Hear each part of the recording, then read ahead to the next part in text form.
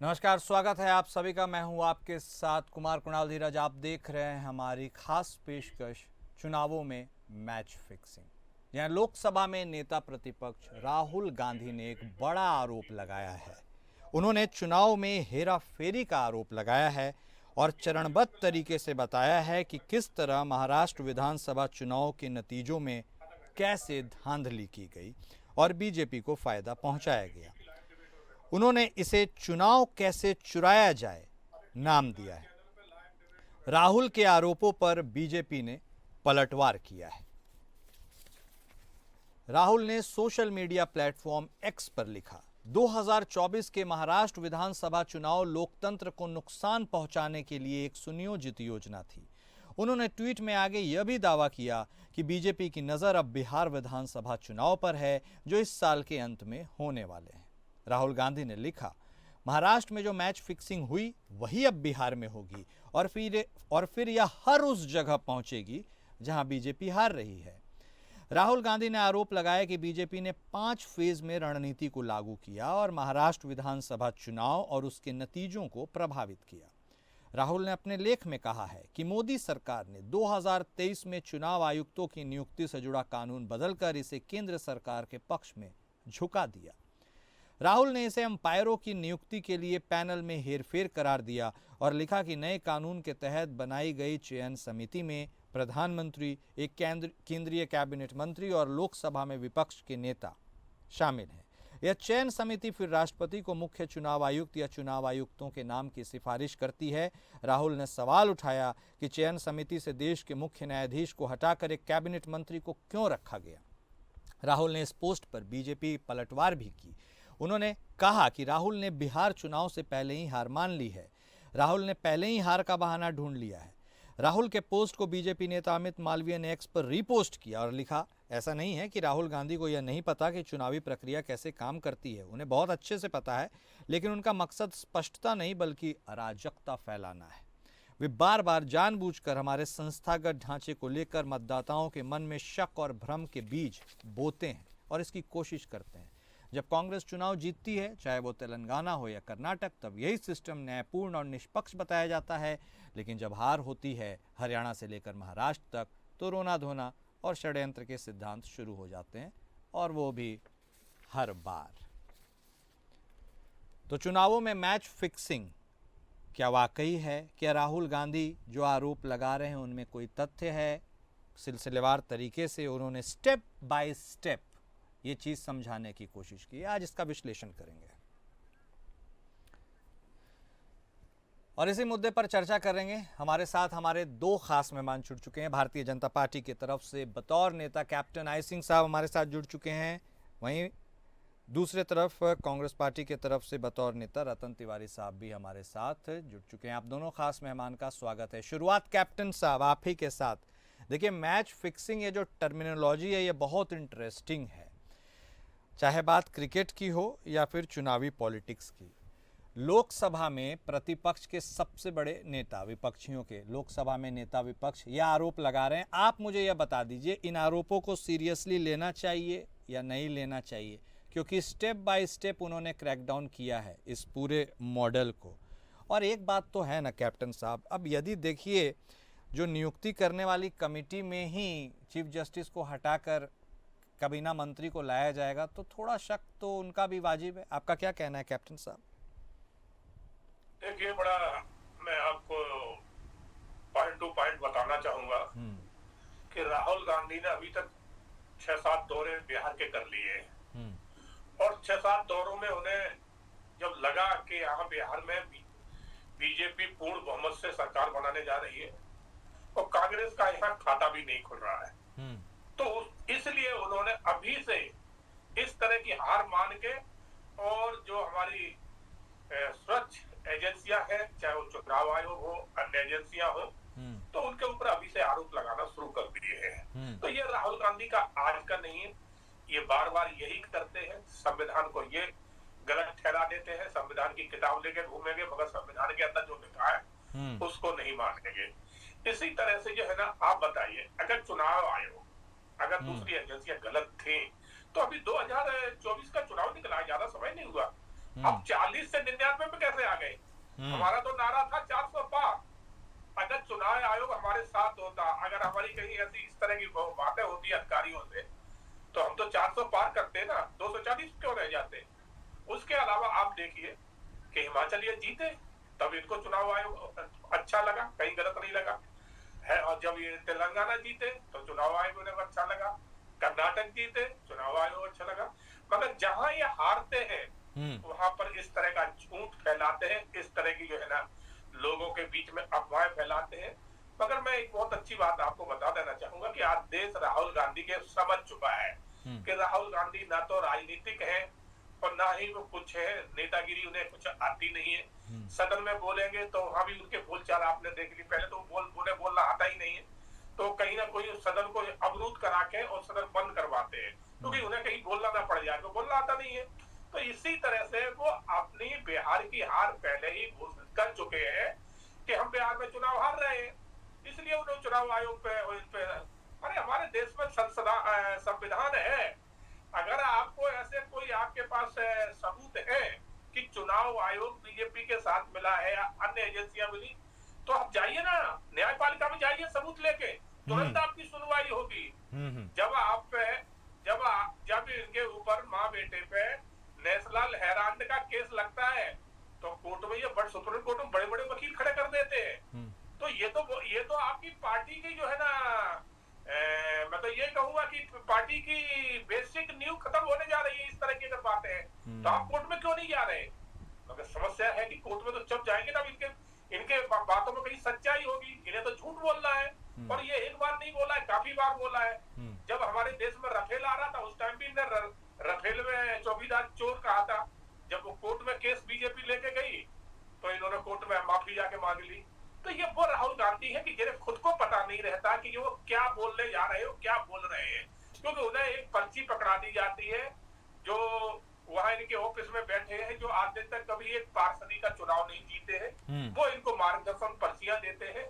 तो पर्ची वाली सरकार ऐसे ही, पर्ची वाली पार्टी ऐसे ही चलती है। ठीक है, कहीं पब्लिक से। तिवारी साहब, राहुल गांधी साहब जो आरोप लगा रहे हैं, वो आरोप तो वो लगा रहे हैं, लेकिन जब तीर कमान से निकल जाता है तभी क्यों? जिस वक्त उस पैनल से चीफ जस्टिस को हटाया गया उस वक्त आप कहाँ थे? जब तेलंगाना के नतीजे आते हैं, कर्नाटक के आते हैं, तब आप लोग उसको एक्सेप्ट कर लेते हैं, वो क्यों कर लेते हैं? तो कुछ जगह आप ऐसे लूपहोल से एग्जाम्पल्स छोड़ देते हैं जिससे हमला करने का मौका उनके पास आ जाता है। स्टैंडर्ड कब सेट कीजिएगा? और खैर, जो आरोप लग रहे हैं उन आरोपों में कितना दम है, आगे क्या कीजिएगा? देखिए, सबसे पहले मैं महाराष्ट्र की बात करता हूँ। महाराष्ट्र में मुंबई में एक लोकसभा सीट थी जहां पे इनके एक नेता है, वो शिवसेना शिंदे गुट के हैं, वो चुनाव जीत गई। मात्र 48 वोट से वो चुनाव जीते। और वहां पे जो उद्धव गुट के शिवसेना उद्धव बाला साहब ठाकरे जो इंडिया अलायंस का कैंडिडेट था, मात्र 1 वोट से वो चुनाव जीत चुका था। लेकिन उसके बाद रिकाउंटिंग की मांग होती है एनडीए की तरफ से, और उस रिकाउंटिंग में 48 वोट से एनडीए को जिता दिया जाता है। और उसके बाद जब हम लोग ऑब्जेक्शन लेते हैं कि भाई सीसीटीवी कैमरे का फुटेज आप निकाल लीजिए, उस फुटेज को गायब कर दिया जाता है। तो सरेआम क्या जनादेश की चोरी की गई, वो तो पूरे मुंबई ने देखा था। उसके बाद मैं बता दूं कि महाराष्ट्र के अंदर 48 लाख वोट, जब वोटिंग हो गई, रिजल्ट आ गए, कितने परसेंटेज वोट हुए, अचानक रात को 10 बजे 48 लाख वोट कहां से पड़ गए, उसके बाद कहां पे कैसे नाम शिफ्ट हो रहे हैं, कैसे नाम जोड़े जा रहे हैं, कैसे नाम काटे जा रहे हैं। तो तमाम बहुत सारे पहलुओं पे हम लोगों ने चर्चा की और पाया कि चुनाव आयोग धांधली कर रही है। मैं आपको हरियाणा की बात करता हूँ, हरियाणा में भी बहुत सारे चीज देखने को मिले। यहाँ पे महाराष्ट्र में एक पुलिस ऑफिसर ने बताया कि मुझे रात को 10 लाख रुपए मेरे अकाउंट में ट्रांसफर कर दिए गए और मुझे बोला गया कि आप कुछ बोलना मत, ये उसी के लिए पैसे दिए गए हैं। वो मीडिया डोमेन में एबीपी माझा, जो महाराष्ट्र का सबसे बड़ा मराठी चैनल है, उसमें उन्होंने बाइट भी दिया। वो पुलिस ऑफिसर आज जेल में है। तो कहीं ना कहीं जनादेश की चोरी की जा रही है। इसके लिए राहुल गांधी जी कह रहे हैं कि भारतीय जनता पार्टी जनादेश की चोरी कर रही है। और मैं बात बताता हूँ, चुनाव आयोग के मुख्य चुनाव आयोग और चुनाव आयोग, उनकी जो नियुक्ति है उसमें सुप्रीम कोर्ट के चीफ जस्टिस को होना चाहिए। आप बताइए ना, ये क्या है? आप प्रधानमंत्री है, नेता विपक्ष है, उसके बाद एक केंद्रीय मंत्री को उसमें शामिल करना यह दर्शाता है कि 3 के आंकड़े में 2 का आंकड़ा भारी है। मैं समझ गया सब क्या दर्शा रहा है, लेकिन मुख्य सवाल यह है, मुख्य तिवारी साहब, अब बिहार के चुनाव होने हैं, फिर बंगाल के भी होंगे। ऐसे में जब आपको उस संस्था में भरोसा नहीं है, सरकार के क्रियाकलाप पर भरोसा नहीं है, आगे की राह क्या होगी? लड़िएगा, कैसे लड़िएगा? फिर आप बोलिएगा नतीजा पता ही है, तो फिर लड़ने से क्या? मैं ये समझना चाह रहा हूँ। देखिए, मैंने एक ही चीज कहा है कि राहुल गांधी जी ये कह रहे हैं कि ये पूरी तरीके से सरकारी एजेंसियों पे दबाव बनाने का प्रयास कर रहे हैं। अगर आप निष्पक्ष हैं तो आप बताइए कि उसमें एक केंद्रीय मंत्री को शामिल करने की क्या जरूरत है? एक सुप्रीम कोर्ट के चीफ जस्टिस को उसमें शामिल कर लेंगे, वो तो तटस्थ होते हैं ना, वो किसी पार्टी, किसी विपक्ष, किसी सरकार के नहीं है, तो दूध का दूध और पानी का पानी हो जाता। लेकिन एक केंद्रीय मंत्री को जबरन शामिल, जिसमें कई बार राहुल गांधी जी ने मुद्दे को उठाया, कई बार उन्होंने बोला, कई बार मीटिंग छोड़ के वो चले गए। ये क्या हो रहा है? उसके बावजूद भी जबरन एक केंद्रीय मंत्री को उसमें शामिल करना। और मैं एक ही चीज कहता हूँ, चाहे बिहार में चुनाव होने वाला है, उसके बाद बंगाल में होने वाला है, तमाम महानगर पालिका में चुनाव होने वाला है, तो हम जनता के भरोसे चुनाव लड़ने जा रहे हैं। हम अपने कार्यकर्ताओं को कह रहे हैं कि आप मजबूती से ईवीएम मशीन जहां पे रखा जाएगा स्टोर करके, वहां पे पैनी नजर रखिए और मजबूती से डटे रहिए। और जनता से अपील करता हूं कि इतना वोट दबा दीजिए एनडीए के खिलाफ, इंडिया अलायंस के साथ में इतना वोट कर दीजिए राहुल गांधी जी के समर्थन में, ये ईवीएम भी सेट कर पाए तो कुछ ना हो। ठीक है कैप्टन साहब, देखिए विपक्ष के मन में शंका है, समाधान आपको करना चाहिए, नहीं करना चाहिए, ये आपका विवेकाधिकार है, लेकिन मूलभूत ढांचे से यदि कुछ अलग तरीके की प्रक्रिया पे सरकार आई, मेरा कहने का मतलब था चीफ जस्टिस और अब कैबिनेट मंत्री, तो ये तो किसी के भी मन में शंका उत्पन्न करेगा ना। फिर देखिए विपक्ष कॉन्फिडेंस में नहीं है, तो फिर समाधान क्या है? बतौर सरकार आप क्या देख रहे हैं?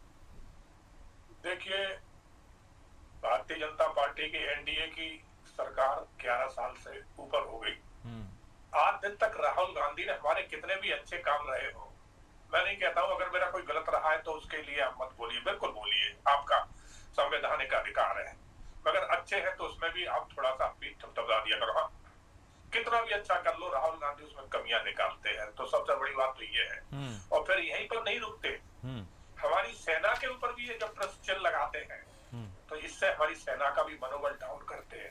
राहुल गांधी कहते हैं कि ये सबूत थे, ये थे, अरे तो वही तो मैं कहता हूँ कि आप क्यों नहीं गए न्यायपालिका में? जाना चाहिए आपको, सबूतों को इनको लेके कि देखिए ये गलतियां हैं। खाली बातें करने से, दुनिया के सामने झूठ बोलने से तो नहीं चलेगा, दुनिया जानती है।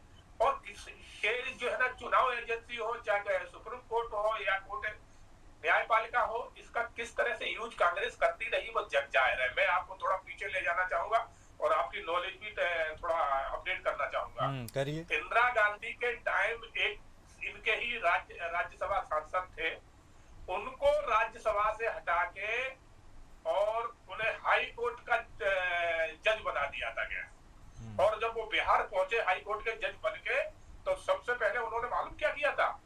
जो वहां के इनके मुख्यमंत्री थे उस टाइम के, मिस्र, उनके ऊपर लगे भ्रष्टाचार के सारे आरोप उन्होंने खत्म कर दिए, बोले आप दोष मुक्त हैं। ये हुआ।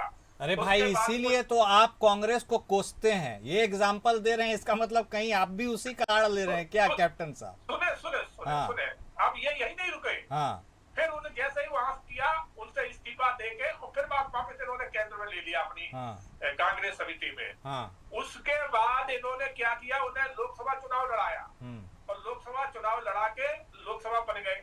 मगर फिर इन्हें असम में और इधर उधर भी कुछ करना था, तो उन्होंने लोकसभा से फिर उन्हें इस्तीफा दिला के और सीधा सुप्रीम कोर्ट का जज बना दिया। जो आदमी कुछ भी नहीं था, कोई टेस्ट नहीं, कोई कुछ नहीं, सीधा सुप्रीम कोर्ट का जज बना दिया। और फिर कैसे कैसे फैसले उससे करवाए गए, और जैसे ही सब कुछ हो गया, उनका रिटायर का टाइम हो गया, तो उन्हें वापस दोबारा फिर राज्यसभा सांसद बना दिया। तो ये आरोप तो वो आपके ऊपर भी लगाते हैं कि जो गोगोई साहब हैं, जो पूर्व मुख्य न्यायाधीश थे, उनको भी तो राज्य सांसद बना ही दिया गया था। तो फिर वही वाला बात है, आरोप प्रत्यारोप हो जाएगा तो फिर किसका दामन साफ, किसका मैला, ये जनता कैसे जानेगी? नहीं, उनके अंदर काबिलियत थी, इसलिए हमने उनको एक बार राज्यसभा सांसद, बाबू ने जज तो नहीं बनाया सुप्रीम कोर्ट का, किसी सांसद को सुप्रीम कोर्ट का जज नहीं बनाया है, वो भी राज्यसभा सांसद जो लॉ की एबीसीडी नहीं जानता है, वो सीधा सुप्रीम कोर्ट का जज, मुख्य न्यायाधीश। कांग्रेस बात कर रही है जिसने सारी जिंदगी यही किया है, कानून को क्या दुनिया भूल गई? जब इंदिरा गांधी के फेवर में नहीं था, पूरा देश इनके अपोजिट में था, तो इन्होंने उठा के उस टाइम किस तरह से इमरजेंसी लगाई थी, पूरे देश को जेल में डाल दिया था, सारी मीडिया, पत्रकार सबको जेल में डाल दिया था। आप बोलने की आजादी खत्म कर दी थी, तो अब आज के टाइम इमरजेंसी तो नहीं लगी है, उससे ज्यादा बुरा समय तो नहीं आया है, तो इस पे भी कांग्रेस कुछ बोल दे थोड़ा, इमरजेंसी क्यों लगाई थी, क्या कारण? बोल दीजिए तिवारी साहब, मुस्कुराने से नहीं होगा। पूछ रहे हैं कैप्टन साहब, कुछ बोल दीजिए। मैं तो यही कह रहा हूँ, मैं तो इनसे यही पूछ रहा हूँ कि ऐसा कौन सा सांसद था जो सांसद रहा, जज बना, फिर राज्यसभा सांसद बना, फिर जज बना, फिर सांसद बना, जज बना, सांसद बना, जज बना, सांसद बना, क्या बना? अरे भाई उसका नाम तक नहीं बता पा रहे हैं। और ये पहली बार मुझे ऐसा बता रहे हैं कि सांसद बनने के बाद, राजनीतिक सिस्टम में आने के बाद कोई जाके जज बन रहा है। ये तो मैं पहली बार अपने राजनीतिक अनुभव में पहली बार सुन रहा हूँ, और आप भी पहली बार सुनते होंगे कि कोई नेता बाद में जाके सुप्रीम कोर्ट का जज बन गया। वहीं बैठे गूगल निकाल ले, वहीं बैठे गूगल पे निकाल ले। ठीक है, गूगल महाराज से तो मैं पूछूंगा तो बहुत कुछ आता है। मैं इनसे पूछता हूँ कि अजीत पवार जब आपके खिलाफ में थे तो 70,000 करोड़ के भ्रष्टाचारी नजर आते थे, लेकिन आपके साथ आने के बाद उनका हजारों करोड़ का जो झोल था वो कैसे माफ हो गया? वो ईमानदार कैसे साबित हो गए? आप ही लोग बोलते थे ना कि अशोक चौहान महाराष्ट्र के आदर्श के घोटालेबाज हैं, उन्हें जेल में डालने का हम लोग काम करेंगे, और आपके साथ आ गए तो आपने उन्हें राज्यसभा भेज दिया और कह दिया बहुत ईमानदार, बड़े सज्जन इंसान है। नारायण राणे के ऊपर आप ही लोग आरोप लगाते थे, भावना गवली के ऊपर आप ही आरोप लगाते थे, प्रफुल्ल पटेल को जेल में डालने की बात आप लोग करते थे, लेकिन सारे लोग आपके साथ आने के बाद ईमानदार कैसे बन जाते हैं वो देश की जनता जानना चाहती है। ऐसा कौन सा मोदी नामक वॉशिंग मशीन आपके पास है, ऐसा कौन सा पाउडर है जिसमें डाल के आप सबको ईमानदार? कौन सा पाउडर है कैप्टन साहब? आप भी नाम बता ही दीजिए, आज सार्वजनिक कर दीजिए, वो कौन सा पाउडर है जो सारे दाग धो देती है? शंका का समाधान भी तो आप ही को करना है कैप्टन साहब। बहुत अच्छी बात कही, और बिल्कुल एक पॉइंट है इसमें, आप भी थोड़ा इसके ऊपर विचार करें कि कौन सा दाग कैसे धुलता है। तो इन्हें ये सोचना चाहिए कि इनके ऊपर दाग कब लगे। जब कांग्रेस में थे तब भ्रष्टाचार के दाग लगे थे, और ये अंदर जो है ना इनका केस ट्रायल में केस चल रहे हैं, ये नहीं कि ट्रायल बंद हो गया है, बीजेपी ने एक का भी केस वापस नहीं लिया है। और हमारे यहाँ जब से आए तब से कोई भ्रष्टाचार का आरोप इन पे लगा हो या इनके अपने वापस लिया हो, तो आप ये बताएं उसके खिलाफ न्यायपालिका भुजबल तो न्यायपालिका में जाना चाहिए ना। अरे आपको लगता है तो न्यायपालिका में जाओ, उनके खिलाफ आप बोलिए। शुभेंदु अधिकारी असम के मुख्यमंत्री इनके हैं, जो शारदा चीट फंड के घोटालेबाज, हम नहीं कह रहे हैं, यही लोग आरोप लगाते थे, आज वो असम के दूसरी बार मुख्यमंत्री बन गए। तो आप जितने भ्रष्टाचारी हैं वो आपके साथ आने के बाद महत्वपूर्ण पद पे विराजमान हो जाता है, और सारी जांचें बंद हो जाती हैं, सब कुछ बंद हो जाता है। आप कैसी बात करते हैं? अजीत पवार हम लोग महाराष्ट्र में देख रहे हैं, कई बार अखबार में आता है उनके सारे केस रफा दफा हो गए, सब कुछ क्लियर हो गया। तो ठीक है, तो जनता के आंखों में धूल झोंक रहे हैं। ठीक है, मैं समझ गया। इसका मतलब फिर वही पुराने सब कुछ फंडामेंटल पे आ जाना कि अब जनता ही जाने कि उसे क्या करना है। ऑन दिस नोट बहुत शुक्रिया आप दोनों खास मेहमान का हमारे साथ जुड़ने के लिए, अपना वक्त देने के लिए। तो राहुल गांधी साहब ने चुनावों में मैच फिक्सिंग का आरोप लगाया, सिलसिलेवार तरीके से उस क्रम को बता रहा है और समझाया है कि कैसे यह पूरा खेला हुआ है उनके हिसाब से। लेकिन असली खिलाड़ी तो पब्लिक है, पब्लिक सब जानती है, और चुनाव फिर से होने हैं। अगली नंबर बिहार की है। फिलहाल इस खास पेशकश में इतना ही। नमस्कार।